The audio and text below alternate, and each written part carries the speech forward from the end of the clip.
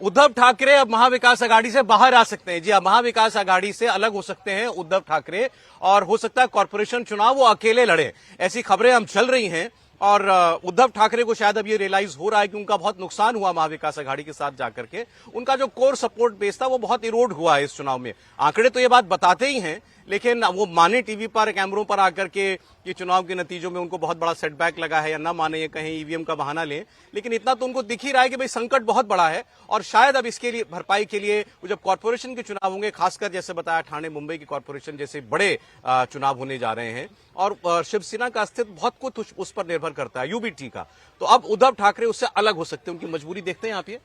निश्चित तौर पे सबसे बड़ी बात तो ये है ना कि जैसा कि आपने विचारधारा को लेकर कहा कि इस नंबर्स के बाद जरूर ये उद्धव ठाकरे सोचेंगे कि क्या ऐसा तो नहीं कि एक गलती को सुधारने के चक्कर में वो कई सारी गलतियां लगातार करते जा रहे हैं और अभी भी वहां पर यूटर्न जो वाली स्थिति होनी चाहिए उसको नहीं ले पा रहे हैं, क्योंकि विचारधारा का बड़ा संकट नजर आ रहा है उनके सामने। बीजेपी के साथ आप आओगे नहीं आओगे वो आपकी समस्या बाद की हो सकती है, लेकिन पहली समस्या तो ये है ना कि आपके शिवसैनिक ये माने कि जो विचारधारा का मुद्दा है आप उनके साथ रहे हो। लोकसभा का चुनाव एकदम से अलग नैरेटिव पे था, लेकिन इस बार विधानसभा के चुनाव में इस प्रकार का प्रदर्शन निश्चित तौर पर उद्धव ठाकरे के लिए एक बड़ा सवाल खड़ा करता है। दूसरी चीज जो आप कह रहे थे कि डिप्टी सीएम शिंदे कैंप से जो हमें जानकारी मिल रही है उसके हिसाब से लगभग तय मानिए कि शिंदे डिप्टी सीएम होंगे।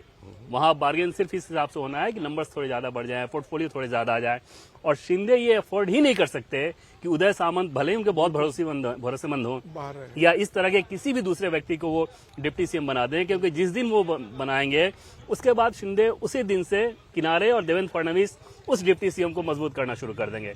तीसरी चीज की बीजेपी ये बिल्कुल नहीं चाहेगी कि शिंदे को भी बहुत महिमा मंडित किया जाए, शिवसेना को बहुत महिमा मंडित किया जाए, क्योंकि उनके टारगेट पे तो ये है ना कि 2029 का चुनाव अपने दम पे बहुमत लाना है। वो अपने दम पे बहुमत तभी होगा जब आप शिंदे और शिवसेना को किनारे करेंगे। तो यहां पर बीजेपी एकदम क्लियर है। एक दिलचस्प चीज मैं आपको जरूर बताऊं कि बीजेपी के भीतर जो एंटी देवेंद्र फडणवीस कैंप है वो ये नैरेटिव लगातार अब कल शाम से चलाना शुरू किया है कि मराठा पसंद नहीं करते, अगर ऐसा कर दिया जाएगा तो 17 लोकल बॉडी के चुनाव होने हैं, वहां दिक्कत हो सकती है। ये सारी चीजें की जा रही है, लेकिन इसका दूर दूर तक इस लिहाज से मतलब नहीं कि ये मैंडेट किसी कास्ट के हिसाब से है ही नहीं। लेकिन अगर आप फडणवीस की तरफ से सोचें तो भाई जब तक नाम का ऐलान ना हो जाए तब तक तो कुछ भी हो सकता है ना बीजेपी में तो जरूर। लेकिन सौरभ एक चीज और है कि फडणवीस भी ये बखूबी जानते हैं कि ये हरियाणा नहीं, ये राजस्थान नहीं, ये छत्तीसगढ़ नहीं, महाराष्ट्र की पॉलिटिक्स भले ही शरद पवार या उद्धव ठाकरे सत्ता से बाहर रहे हैं, लेकिन पर डे कोई ना कोई नया चैलेंज वहां पे आते रहेगा और वो चैलेंज नेशनल नैरेटिव बनाता है। तो वहां पर बीजेपी अफोर्ड नहीं कर सकती वैसे एक्सपेरिमेंट। आपको इंटरेस्टिंग लगा था कि शिंदे की प्रेस कॉन्फ्रेंस खत्म होती देवेंद्र फडणवीस अचानक आए थे माइक पर? वो सब कुछ प्लानिंग के हिसाब से सौरभ था। जैसे कि पहले मैंने कल आपको बताया कि गृह मंत्री अमित शाह का, बीजेपी के राष्ट्रीय अध्यक्ष जेपी नड्डा का दिल्ली में बैठक करना, वो बैठक के थोड़ी देर बाद ये मैसेज आना कि प्रेस कॉन्फ्रेंस होने जा रहा है। जैसे प्रेस कॉन्फ्रेंस का टाइम शिवसेना का डेलीगेशन आ गया।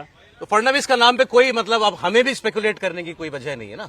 अभी तक बिल्कुल कोई वजह नहीं है, लेकिन जैसा कि मैंने आपको कहा कि बीजेपी के भीतर एक खेमा जरूर ये नैरेटिव बनाने की कोशिश कर रहा है, कोई वजह नहीं है। एक बात ये जो खबर अभी चल रही है कि उद्धव ठाकरे एमबीए से बाहर आ सकते हैं, देर आए दुरुस्त आए वाली खबर है या कोई और क्या करते?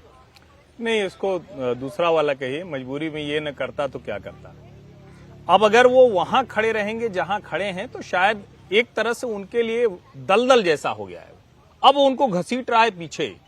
ये उद्धव ठाकरे को एहसास लोकसभा चुनाव के समय हो जाना चाहिए था। उनके नेता जब एक सुर में जीत हुई थी, उस जीत में कौन किसको एहसास? नहीं, मैं वही कह रहा हूं, वो नंबर 30 दिखता है, लेकिन जब महाराष्ट्र की राजनीति के लिहाज से देखते हैं तो उद्धव ठाकरे की जो वैचारिक तौर पर स्थिति थी, अगर किसी हिंदू नेता, आप एक तरफ तो कह रहे हैं कि हम हिंदुवादी पार्टी हैं, दूसरी तरफ आप कह रहे हैं कि डिप्टी सीएम वो मुसलमान हो सकता है क्या, आप कह रहे हैं कि क्यों हम लोग एक दूसरे से लड़ें, उसके बाद फिर आपके खिलाफ खबरें भी जो चलाई जाती हैं आपकी उसी बात में से निकाल कर, क्योंकि आज का समय बड़ा खतरनाक है। कई बार जो आईटी सेल और ये सब काम करते हैं तो आप जो बोल रहे हैं उसी में से थोड़ा निकाल के तो मैसेज ये दिया गया कि ये नया मुल्ला ज्यादा प्याज खाता है, उस वाली स्थिति में उद्धव पहुंच गए। यानी जो सेकुलर पार्टीज हैं उनसे भी ज्यादा सेकुलर होने की कोशिश कर रहे हैं और वो शिवसेना के लिए खतरनाक हुआ।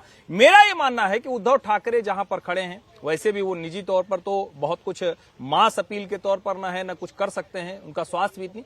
आदित्य ठाकरे को ये देखना है कि अब क्या वो महाराष्ट्र की राजनीति ठीक से करने के लिए तैयारी कर रहे हैं अगले 10 साल के लिए, या उस गठजोड़ का एक हिस्सा रहेंगे जिसमें उनकी भूमिका सहयोगी भर की होगी, आगे की नहीं होगी।